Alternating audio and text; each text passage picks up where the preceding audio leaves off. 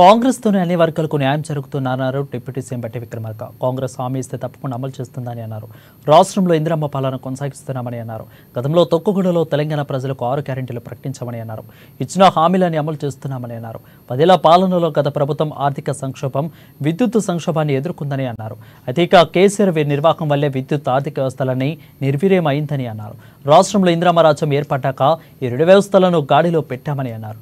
రాహుల్ గాంధీ దిశా నిర్దేశంతోనే కాంగ్రెస్ హామీ ఇచ్చిన హామీలను అమలు చేస్తుందని అన్నారు.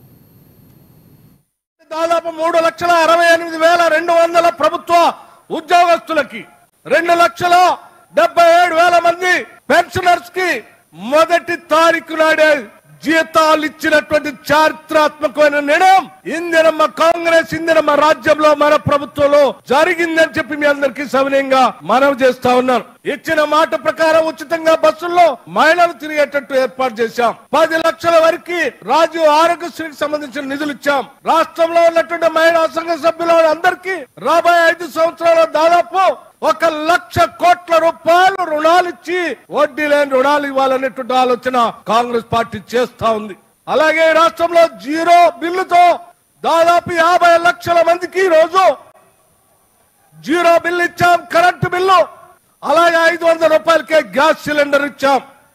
ఈ రోజు ఉన్నటువంటి పరిస్థితుల్లో గత 10 ఏళ్లు పాలన చేసిన టిఆర్ఎస్ పార్టీ ఆర్థిక సంక్షోభాన్ని, విద్యుత్ సంక్షోభాన్ని సృష్టించి సుడిగుండంలాగా ఈ రాష్ట్రాన్ని తయారు చేసి వెళితే రాష్ట్రంలో కాంగ్రెస్ పార్టీ ఇందిరమ్మ రాజ్యం అధికారంలోకి వచ్చిన తర్వాత ఈ 2 వ్యవస్థలు